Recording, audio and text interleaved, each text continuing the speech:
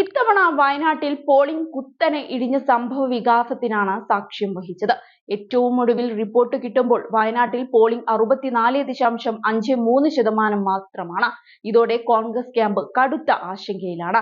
കഴിഞ്ഞ തവണ രാഹുൽ സ്വന്തമാക്കിയ ഭൂരിപക്ഷത്തിന് മുകളിലേക്ക് ഇക്കുറി നീങ്ങുമെന്ന് കരുതിയ സ്ഥാനത്താണ് പോളിംഗ് കുത്തനെ ഇടിഞ്ഞത് ആശങ്കയ്ക്കിടയാക്കിയത്. 6 മാസത്തിനിടെ രണ്ടാമതും വിരുന്നു വന്ന ലോക്സഭാ തിരഞ്ഞെടുപ്പിൽ വോട്ടർമാരുടെ അതൃപ്തി പ്രകടമാക്കുന്നതാണ് വയനാട്ടിലെ കണക്കുകൾ. വയനാട്ടിൽ രാവിലെ മുതലുണ്ടായിരുന്ന മന്ദഗതി വൈകിട്ടും തുടരുകയായിരുന്നു. പോളിംഗ് സമയം വൈകിട്ട് 6-ന് പൂർത്തിയായപ്പോഴും വയനാട്ടിലെ ബൂത്തുകളിൽ നീണ്ട ക്യൂ കാണാൻ കഴിഞ്ഞിരുന്നില്ല എന്നതാണ് ശ്രദ്ധേയമായ കാര്യം.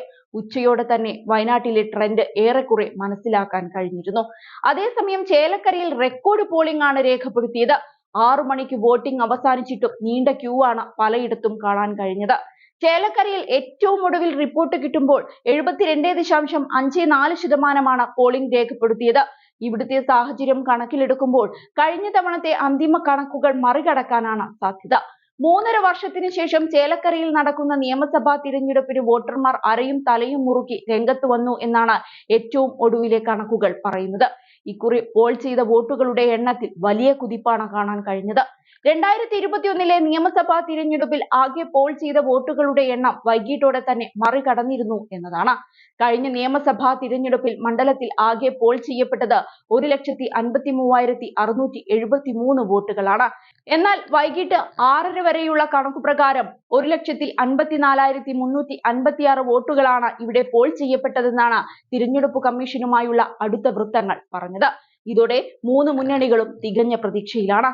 അതിനിടെ വയനാട്ടിലെ പോളിംഗ് കുത്തനെ ഇടിഞ്ഞത് കോൺഗ്രസ് ക്യാമ്പിൽ വലിയ ചർച്ചകൾക്ക് വഴിയൊരുക്കിയിട്ടുണ്ട്. നിലവിൽ പോളിംഗ് കുറഞ്ഞത് പ്രിയങ്കയ്ക്ക് ആശങ്കപ്പെടേണ്ട സാഹചര്യമില്ലെന്നാണ് പ്രതിപക്ഷ നേതാവ് വി.ഡി. സതീശൻ ഉൾപ്പെടെയുള്ളവർ പറഞ്ഞത്.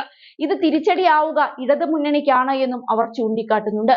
എന്നാൽ ലോക്സഭാ തിരഞ്ഞെടുപ്പ് സമയത്ത് വിദേശത്ത് നിന്നുൾപ്പെടെ നിരവധി വോട്ടർമാരാണ് നാട്ടിലെത്തിയത്. അവരുടെ എണ്ണത്തിൽ വലിയ ഇടിവ് ഉപതിരഞ്ഞെടുപ്പിൽ വിലയിരുത്തുന്നുണ്ട്. കൂടാതെ ഇത്തവണയും കോൺഗ്രസ് ജയിക്കുമെന്ന തിരിച്ചറിവും വോട്ടർമാരെ അകറ്റിയ ഘടകം തന്നെയാണ്. പ്രിയങ്കയുടെ ഭൂരിപക്ഷം മാത്രം തീരുമാനിക്കാനുള്ള തിരഞ്ഞെടുപ്പാണിതെന്ന കോൺഗ്രസ് പ്രചരണവും വോട്ടർമാരെ പിന്നോട്ട് വലിച്ചുവെന്ന് കരുതപ്പെടുന്നുണ്ട്. അതേസമയം ഇതിനിടെ മുള്ളൂർക്കരയിൽ തിരഞ്ഞെടുപ്പ് ഉദ്യോഗസ്ഥർ വന്ന് ബൂത്ത് കമ്മിറ്റി ഓഫീസിന് മുൻപിലെ കൊടി തോരണങ്ങളും ഫ്ലക്സും അഴിച്ചുമാറ്റിയത് നേരിയ സംഘർഷത്തിന് ഇടയാക്കിയിരുന്നു.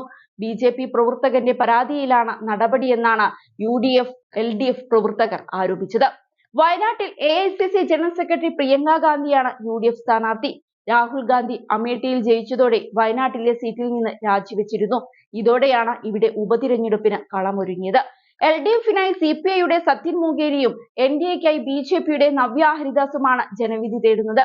അതേസമയം ഉപതിരഞ്ഞെടുപ്പുകൾ ഒഴിവാക്കാൻ എല്ലാ രാഷ്ട്രീയ പാർട്ടികളും ശ്രമിക്കണമെന്ന് സംവിധായകൻ ലാൽ ജോസ് അഭിപ്രായപ്പെട്ടിരുന്നു.